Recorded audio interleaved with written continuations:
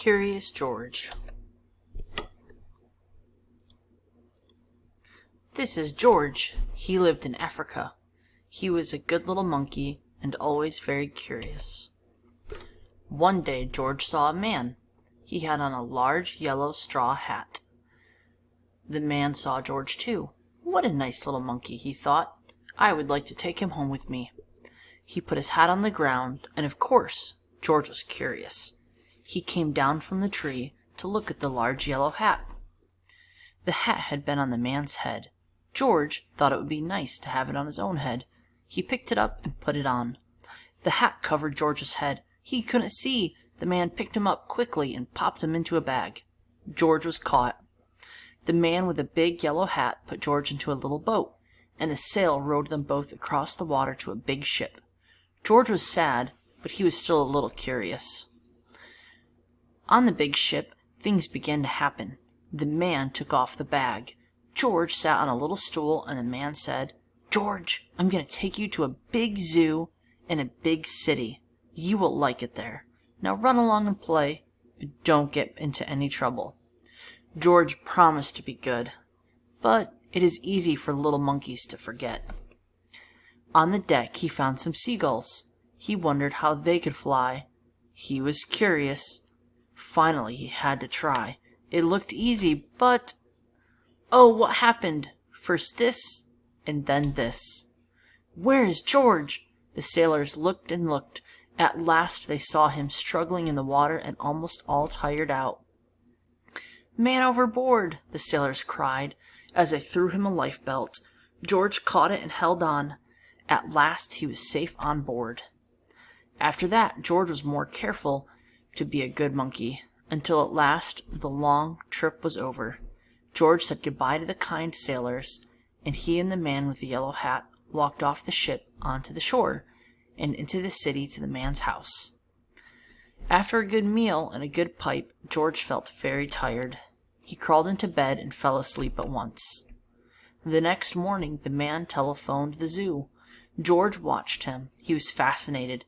Then the man went away. George was curious. He wanted to telephone too.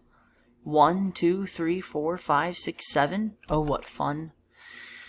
Ding-a-ling-a-ling-a-ling. George had telephoned the fire station. The men rushed to the telephone. "Hello, hello," they said, but there was no answer. Then they looked for the signal.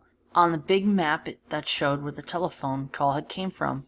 They didn't know it was George. They thought it was a real fire. "Hurry, hurry, hurry!" The firemen jumped onto the fire engines and onto the hook and ladders. "Ding dong, ding dong, everyone out of the way, hurry, hurry!" The firemen rushed into the house. They opened the door. No fire. Only a naughty little monkey. "Oh, catch him," they cried. George tried to run away. He almost did, but then he got caught in the telephone wire. And a thin fireman caught one arm, and a fat fireman caught the other. They said, "We will have to shut you up, or you can't do any more harm." They took him away and shut him in a prison. George wanted to get out. He climbed up to the window to try the bars. Just then the watchman came in. He got on the wooden bed to catch George, but he was too big and heavy. The bed tipped over. The watchman fell over, and as quick as lightning, George ran through the open door. He hurried through the building and onto the roof, and then, he was lucky to be a monkey, out he walked onto the telephone wires. Quickly and quietly over the guard's head, George walked away. He was free. Down the street, outside the prison wall, stood a balloon man.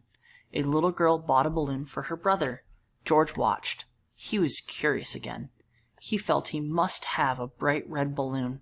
He reached over and tried to help himself. But, instead of one balloon, the whole bunch broke loose. In an instant, the wind whisked him all away, and with them went George, holding tight with both hands. Up, up, he sailed higher and higher. The houses looked like toy houses, and the people looked like dolls. George was frightened. He held on very tight. At first the wind blew in great gusts. Then it quieted. Finally it stopped blowing altogether. George was very tired. Down, down he went. Bump!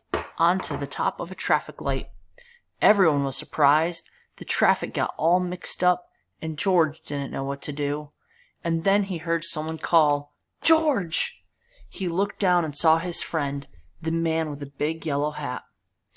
George was very happy. The man was happy too.